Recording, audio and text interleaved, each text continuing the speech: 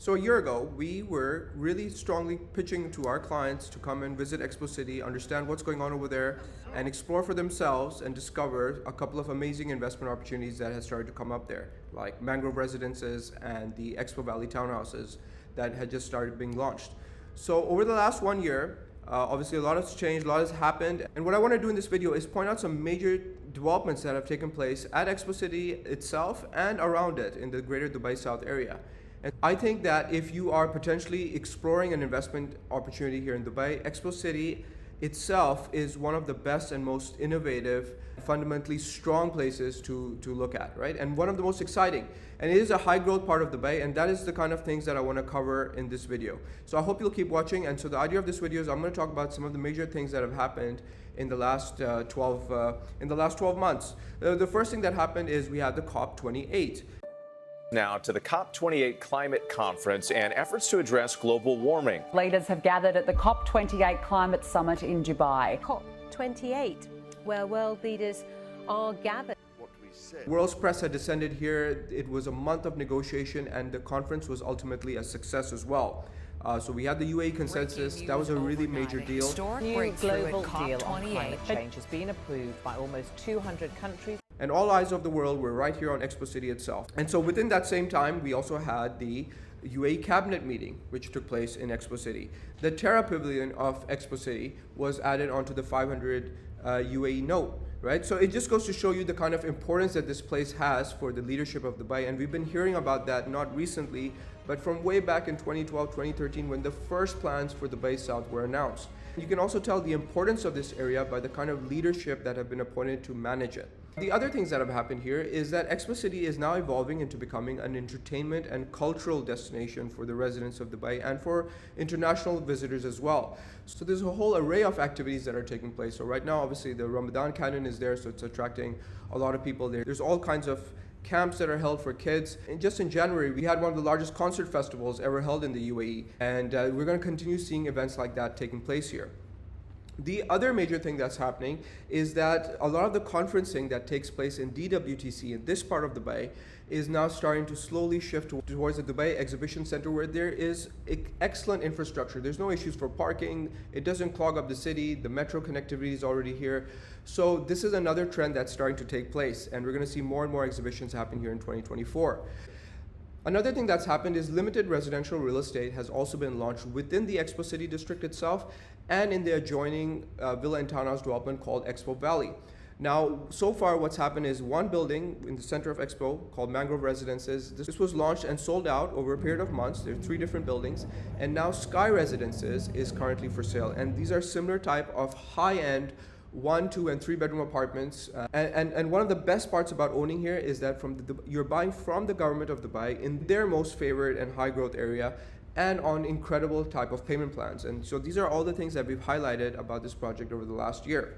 Now, the most exciting thing that's taking place in Expo City is the fact that over the next 2.5 to 3 years, you're going to have 8,000 to 10,000 people that are going to be working here.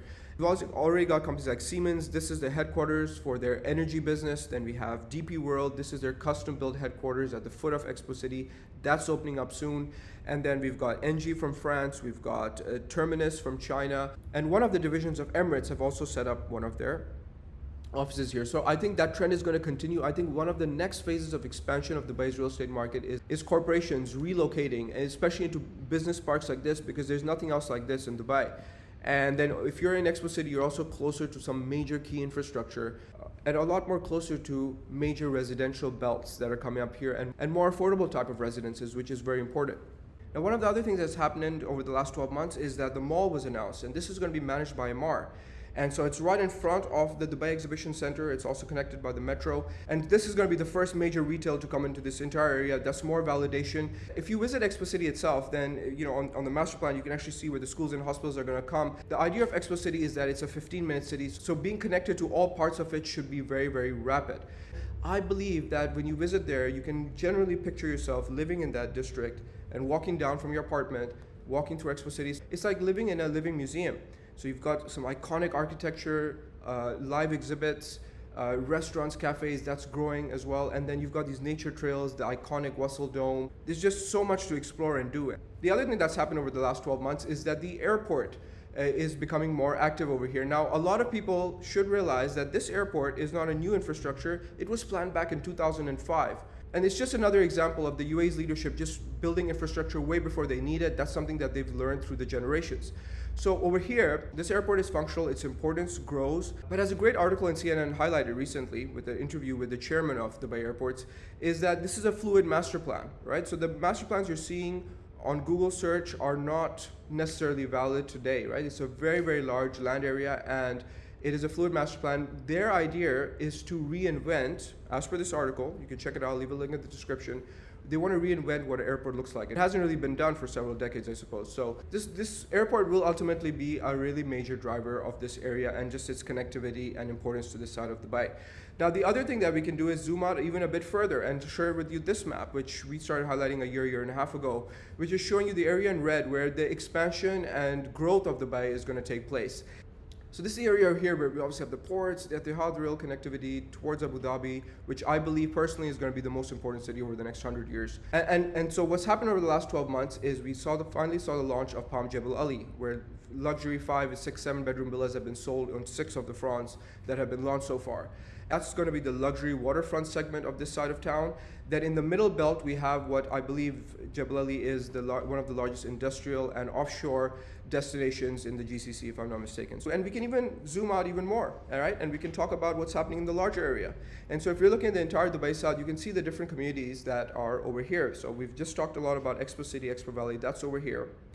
And then if you're looking at the residential belt of Dubai South, which is this area, right? There's few things happening here. So we have some limited residential ready real estate. We've got a lot of private developments happening because you can go and purchase a plot right now and build your own building here. Right, so that's happening right now. That's another activity. In terms of master communities, we've got the Pulse Townhouses Phase 2, which are handing over now. We've got Pulse Beachfront, which should hand over in 2024. And then we've got South Bay, which has been one of the major developments that's taken place over here. One of the most affordable and good investments that you could have made over the past year and a half. So over here in South Bay, 5 out of the 6 phases have been sold out. They've always been 4 or 5 bedroom townhouses, semi-detached houses, and large mansions here that have been sold. And if we look right of the airport, where we have here Emaar South and Azizi Venice. So Emaar South also was launched back in 2013, 2014, right around when Dubai won its Expo bid. And so if you visit this area here, you'll be surprised to see that it has a very high occupancy rate and it is all connected to the business activity in the area. So if you're looking at this map over here, you can see how it connects to logistics and industrial hubs as well. So over here, there are launches from time to time, and recently Emaar launched last 72 villas of Fairways, which are villas on the golf course, and these were all sold out within a day. Azizi Venice is a project which has been announced last year. We personally don't promote this project. We feel it might be a bit speculative, but anyway, a lot of people have bought here, and it's built around crystal lagoons. It's low-rise, mid-rise buildings, and yeah, you can kind of research that. So this is just a broader area, and if you want to kind of tie that in what's happening in the larger part of Dubai, you can always check out our YouTube channel, look at some of the content we're putting out. And if you found any of this content useful and you want to get in touch with us, you want to get into our Discord channels, just be connected better with us, then send us a message. We'd absolutely love to connect with you. And thank you very much for watching this video. Take care.